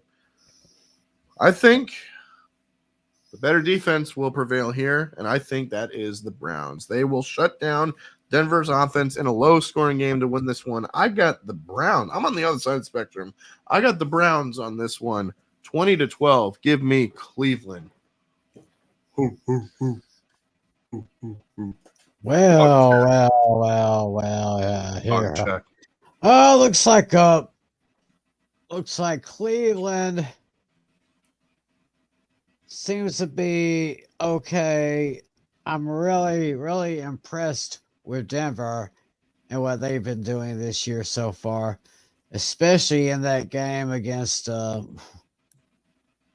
was it? What was it? Was it Cincinnati a couple of weeks ago? Yes. No, it Yeah. was Kansas City. Kansas City. Yeah. It was the Chiefs. They didn't allow the Chiefs to get a single touchdown. Yeah. I'm impressed with that. And it seems like Russell Wilson is starting to get in sync with Sean Payton. And so because of that, I'll do what Mac did. I'll sound the alarm. Ooh.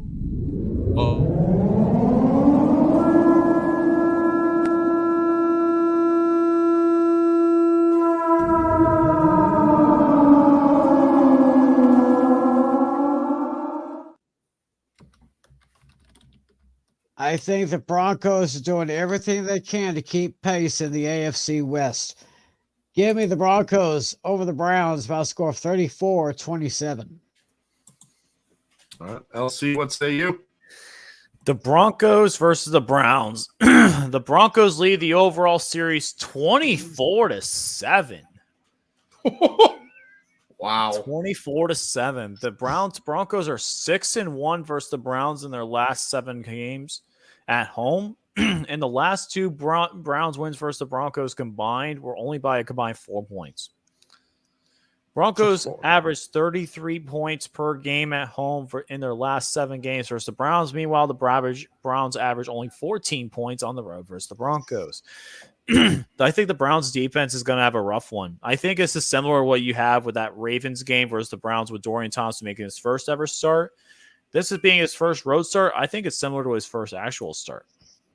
Give me the Broncos convincingly on this one. This is not my upset pick of the week. I'm actually saving my upset pick week for later. But I will take Denver because if you don't know who to pick, go home team. I'm going to take the Broncos in this one. My final score is going to be Broncos 30, Browns 17. Give me the Broncos to win this one. Looks like I'm the lone wolf. Looks like I'm the only dog in the fight this week. Okay. Yes, you are. Like to see it. Okay. Next game on the list, we got the Kansas City Chiefs and the Las Vegas Raiders. This game is in Vivo Las Vegas, and the Chiefs are 8.5-point favorites. They are, let me see here, they're 9-point favorites. They went up just a little bit. Just a little bit. All right. Referee for this game is going to be Land Clark. And you got Kevin Harlan and Trent Green on the call. Former Chief Trent Green, my former Chief. Yes. Lowest ticketed price, $420. Blaze it. That sounds about right. $420. Yeah. Well, when you have a game like this here, 2 former AFL teams, every time they get together, it can get ugly. There is no love lost between these 2 franchises. Kansas City got totally exposed by those chickens last week, but I've got a good feeling that they're going to bounce back. Las Vegas may put up a fight, but in the end,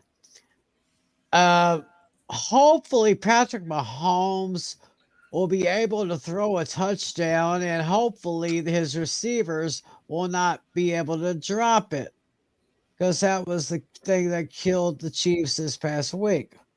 And hopefully he can find a receiver whose first name is not Travis and his last name is not Kelsey. I mean, don't get me wrong, Travis Kelsey is an awesome tight end, but it seems like that's like his only receiver. I mean, he's got a few other theirs. So they really have to catch those balls. Those drop passes was just killers. Give me the Chiefs. Terrible. Yeah, give me the Chiefs over the Raiders by a score of 35-26. They should have kept Juju. He was their leading receiver last year, let's be honest. Yeah, Chiefs are coming off a tough loss Monday night. Now they must travel on a short week. Raiders looked much better in the past 3 games. After firing Josh McDaniels, they have They've actually looked pretty good the last few weeks, but this is a tough test against the reigning, defending, undisputed Super Bowl champions. The Chiefs get back on track here. I got the Chiefs as well. Final score 27-17. Give me Kansas City. Alex, I'm making mine pure and simple. Lock him in. And this is my stone cold lock of the century. Or the week. Simple reason why. Chiefs lead the series 72-54-2. Raiders have only won 3 times versus the Chiefs in the last 21 matchups. Wow. Chiefs are 3-0 in Vegas and 8-2 in their last 10 overall versus the Raiders. Chiefs average 34.1 points on the road versus the Raiders. And the Raiders defense, even though they're allowing only 12.6 points in the last 3 games, this is not going to end up well. Sorry, Antonio Pierce. This is your first wake-up call to the Kansas City Chiefs. Chiefs win this one convincingly. 42-17. Give me the Chiefs easily. Wow. Yeah, Kansas City wins here big, no contest. I will give Antonio Pierce credit. It seems like that the Raiders have new life in them with him being head coach, and they seem happier. But let's be honest, the Chiefs are coming off a tough loss to Philly. I think it's the first time Andy Reid has ever lost a game after the bye week. No, he's actually as a Chief, yes, but as his overall record is 21-4 after the bye. Okay, I always knew he did well coming off the bye, but yeah, the Chiefs are going to come in pissed off, and unfortunately for the Raiders, unless I guess now it's mile high, Patrick Mahomes doesn't lose to the AFC West on the road. As you know, I see Chiefs fans on social media, they always call Allegiant Arrowhead West, and deservingly so.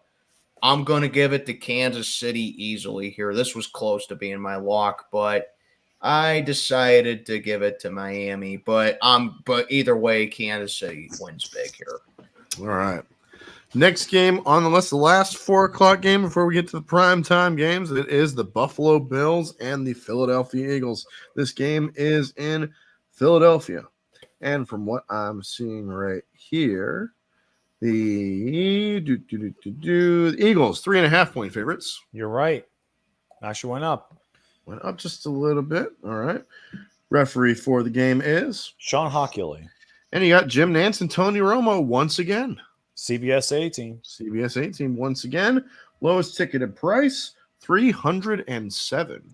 Jeez. $307. That makes sense. I'm gonna go first here if you guys don't mind, because let's be honest, the Eagles are playing on a short week after that victory against Kansas City Monday night. Bills are coming off of an impressive victory over the Jets. Josh Allen looked good in that game, and he will in this one as well. So it's honestly going to be a battle between The Eagles are so much better than the Eagles. And No, it's the Bills. Buffalo all the way this time. it's going to be a tough one between those two. Yeah. But at the end of the day, I don't know if you guys saw this after Monday night. This has been circulating around social media, but did you guys hear what Nick Sirianni had to say about Chiefs fans? Oh, this boy. was circulating. This is what he said after the game while he was going into the tunnel after the game against Kansas City.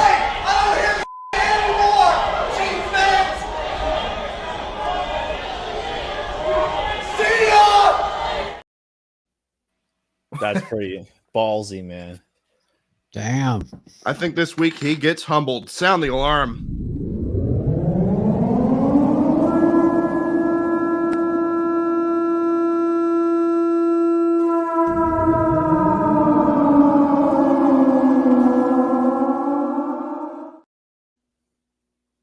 That's right. Wow. I'm going with the Bills to get the job done over those Philadelphia Chickens.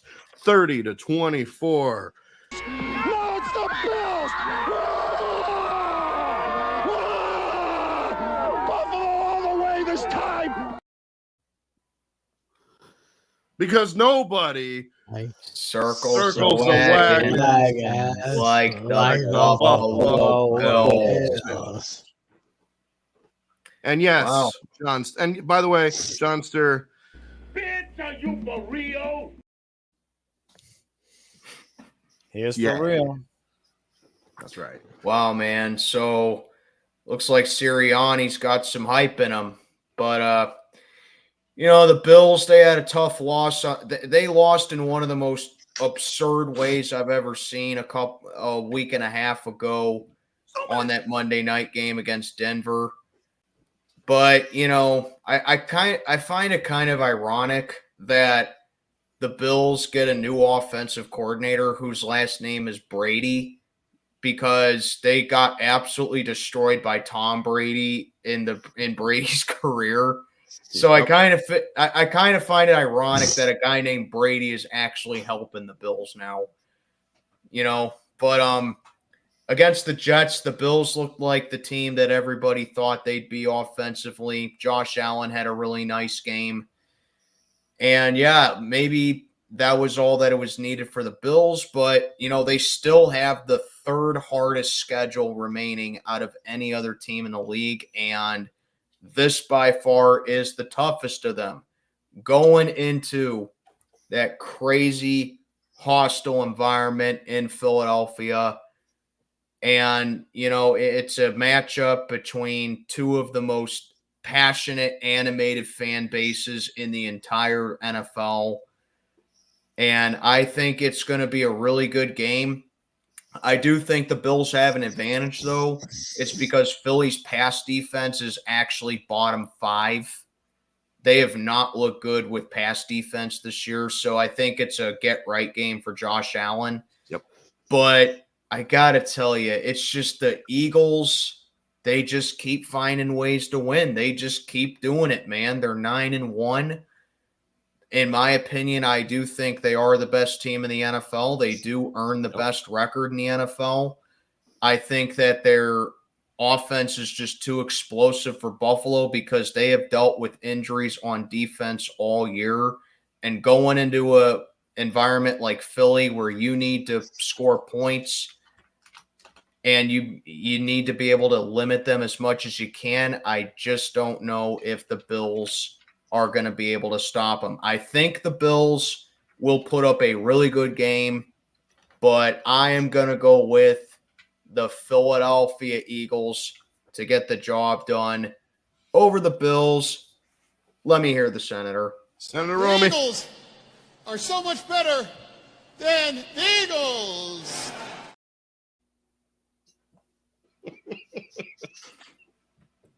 That will never not be funny. No, it won't. No, I like that too.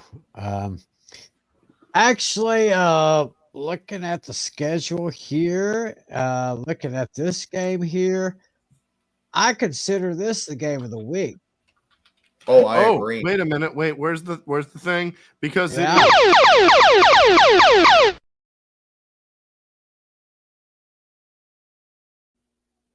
the game of the week. Yeah. Yeah, Buffalo took down those Jets big time. Philadelphia totally got the Chiefs exposed. Now they're meeting in this matchup right here. I see a very high scoring game here. It's going to be nip and tuck all the way. It's going to be a last, probably late fourth quarter field goal that's going to win this one. And I hate to go up against my buddy Gary, even though the Cowboys and the Bills will be facing each other very soon. And don't forget, Alex, Cowboys got the Dolphins later on. Christmas Eve. That's Christmas right. Eve. That'll be a good one. But I mean, I hate to go up against Gary, but I really hate picking the Chickens. It's going to be a great game, but I've got the Chickens winning this one by a score of 35-33. I want to hear the Senator. Yeah, I mean, The Eagles are Hold on. What was that? The Senator never gets old. It doesn't. I know. Oh. You know why? Because The Eagles are so much better than the Eagles. almost saw the Terminator. Right? You almost jumped the gun there. Just a little bit. Just a little bit. I'm getting too excited. All right. Next game's the last. Wait a minute. I didn't even make my pick yet. LC didn't go. Oh yeah. How could you forget me, Al? I'm sorry. I'm sorry.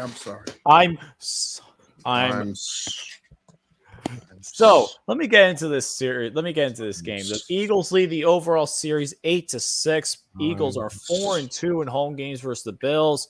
Bills average 14.5 points on the road in Philadelphia. Meanwhile, Eagles average 17 points at home versus the Bills. I think this is definitely going to be a defensive-heavy game with the offenses sparking when they need to. But in the end, not only is this my game of the week, but this is also it's a trap game of the week. It's my trap game of the week for the Eagles. I think the Eagles, realistically, even though the Bills don't have the best record, I think this is a trap for the Eagles. I think the Eagles might be overlooking the Bills a little bit. But in the end of the day, I think that the Eagles will get the job done overall. And I think the Eagles will end up winning this game.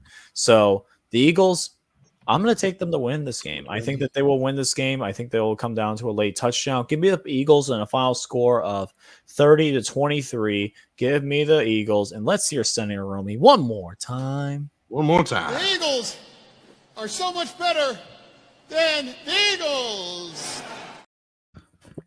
I love it. All right. Sunday night, NBC. Check your local listings. It is the Baltimore Ravens and the Los Angeles Chargers. This game is in Los Angeles. And from what I'm seeing right here, the Ravens are 3.5-point favorites. You're right. Right. Indeed. Referee for this game is it's Allen. Yeah. And being that it is on NBC, you got Mike Tirico, Chris Collinsworth on the call. Who do you guys got and why? Game time price? Chargers. Game time price is 55. I'm actually surprised it's only $55. 55. Alex, I'll go first on this one if you do not mind. Ravens lead the series overall 8-6. Chargers are 4-4 at home versus the Ravens. Ravens average 18.9 points on the road in Los Angeles, San Diego in their history, while the Chargers average 20 points at home versus the Ravens. Here's an interesting stat for you guys, though. Lamar Jackson is 3-0 against Mark Andrews, but Lamar's stat line in those games, only 3 passing touchdowns, 2 interceptions, and 1 rushing touchdown. Meanwhile, he's only averaging 138 yards passing without Mark Andrews. Alex, sound the alarm. Oh, my goodness. Where are you at right now?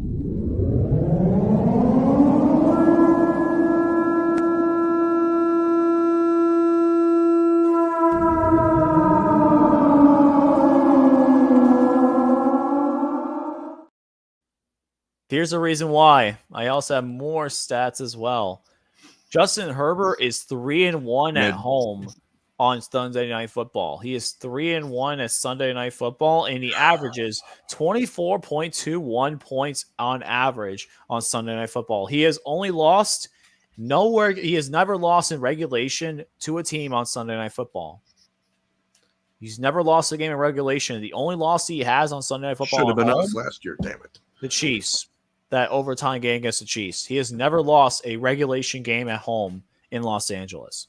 Give me the Chargers to upset the Ravens at home. My final score is going to be 31-27. Let's hear Terminator. And now go Chargers, go. Love it.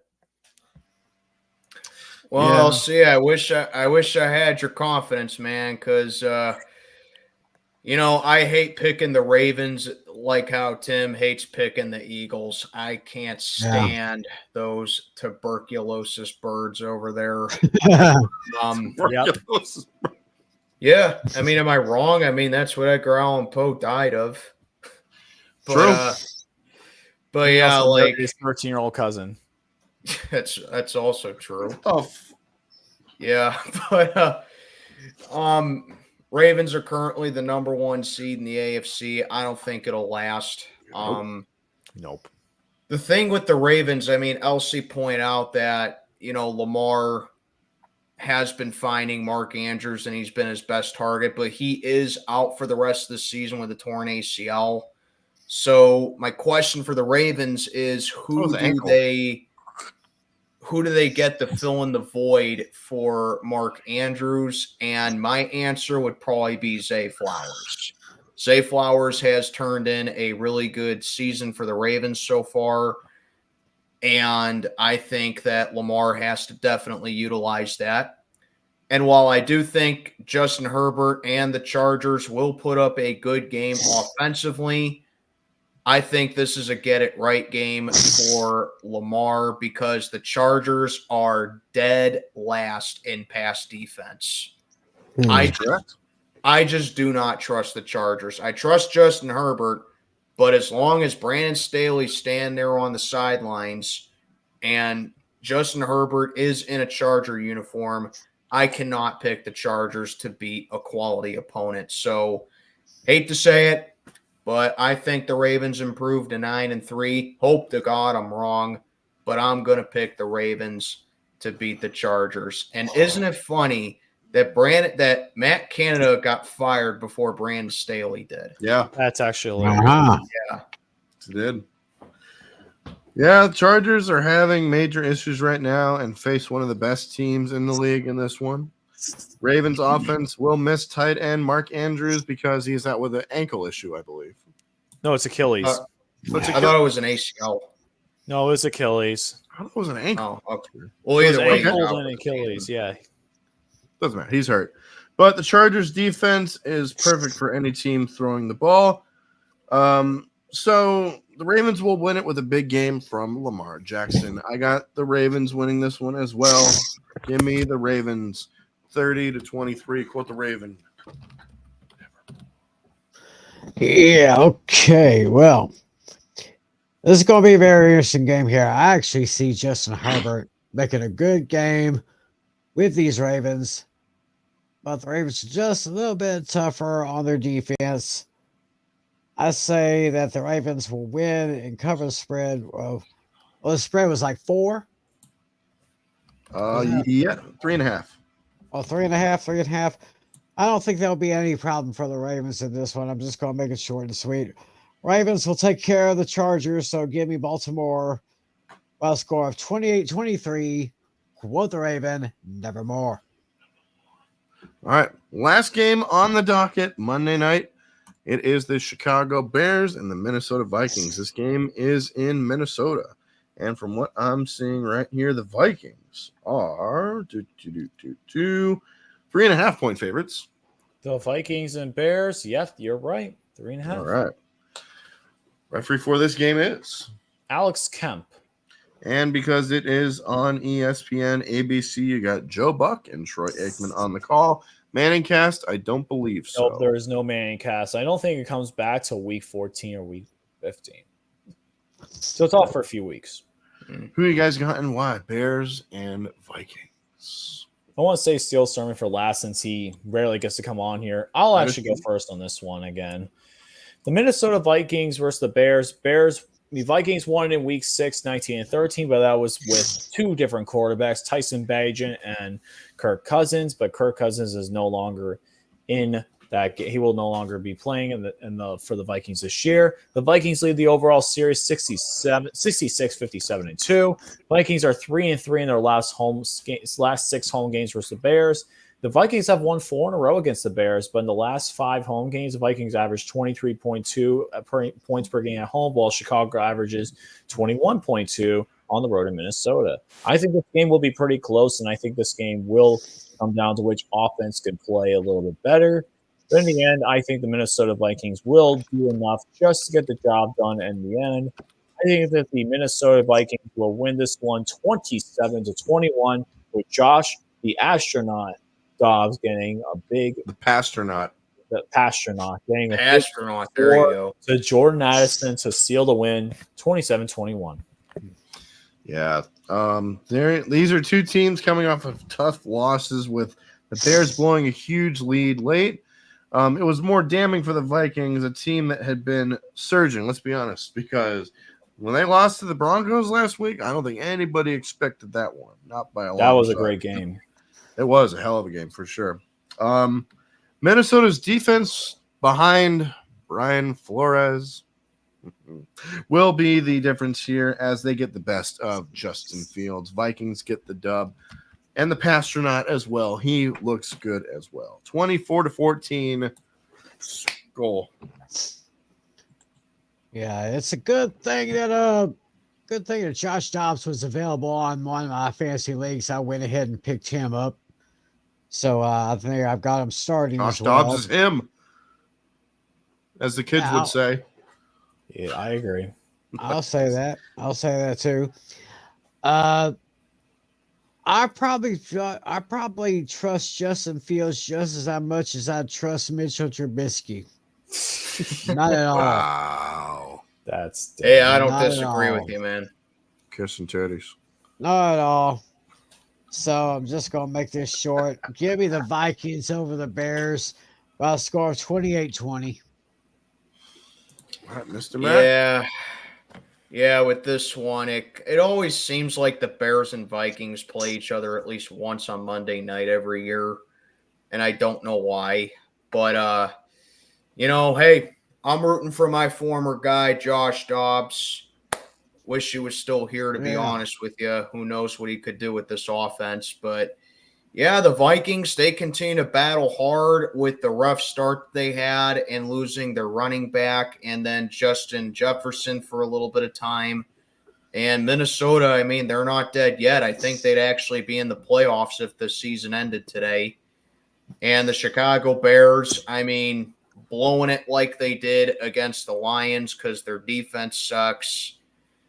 I think Josh Dobbs should not have to worry about a tough defense like he did last Sunday against Denver because Chicago's defense is horrible.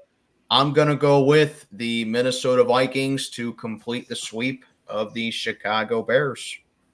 All right. Yeah. And that, ladies and gentlemen, is it for week number 12 of the Four Horsemen of Pick'em. I will be calling the game this Friday afternoon against the Dolphins and the Jets. Hope to see you all there. 3 o'clock Eastern Standard Time. We'll be there for that. Of course, we'll be here next week for the Four Horsemen of Pick'em. Let's talk about fantasy football fever, shall we? Yes, of course.